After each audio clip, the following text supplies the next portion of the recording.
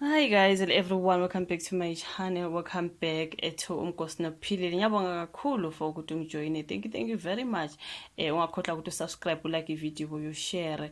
So now asiqhubekeni ngodaba lwalaba abantu ababulawa lapha ngaseLusikisiki bafethu. Ngibona kunezindaba eziqhamukayo on the English publication and also lapha ka isolezi sizoya ke siyoza ukuthi kuthiwa babanjwe kuphi abawu4, I think something like that. Ngapha ke bebesibhale ngesizulu sizozwa ukuthi the police launched a manhunt for additional eLusikisiki mass murder suspects. Ayakhumbula ukuthi kuthiwe kwabanjwa loya ogama lakhe lithuba ni you guys singilikhohliwe lo yedwa lo ukuthi ubanjiwe and then ube ku parole something like that you guys kusho ukuthi yona nkunzima langa ke laphana kwathiwa kusadingeka abanye.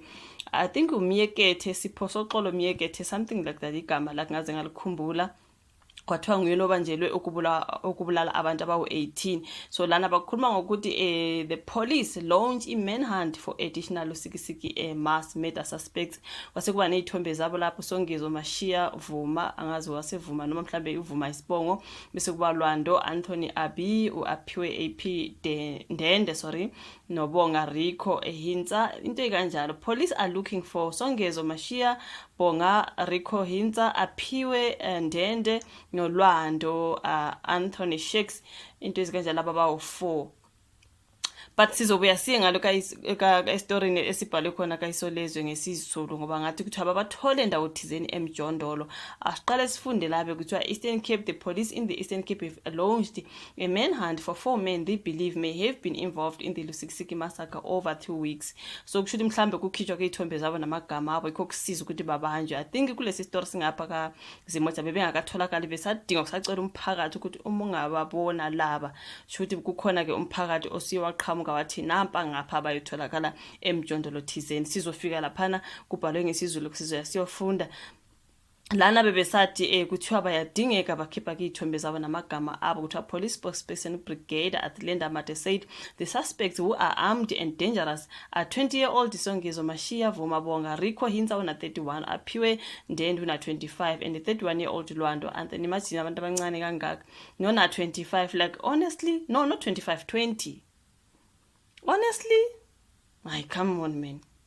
So they are looking for these people. Mate said through a preliminary investigations, police have believed that the wanted suspects would be vital in solving the eLusikisiki mass murder case. She added that the investigations are at the advanced stage and tracing operations are underway for these 4 wanted suspects. She cautioned members of the public not to confront these suspects as they are considered to be dangerous and may be heavily armed.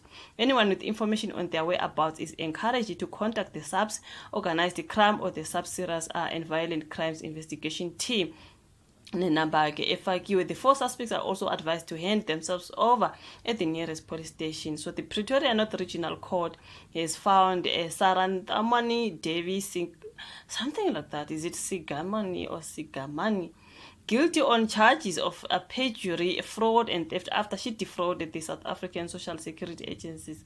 Laphana kushuthi ngokwesasa nayo omunye ofunekayo ehambisana ke nalaba engibabalile abaseLusikisiki into ekanjalo. Kunenamba nje eziningi ezibhaliwe namacala abantu nje kubulawa abantu kuyantshontshwa yonke lemhlolo ongayiqeda. Kunecala saLimpopo lapha nalo libhaliwe Nkosi yami, asiza ukulifunda kakhulu kodwa we are just mentioning it, right?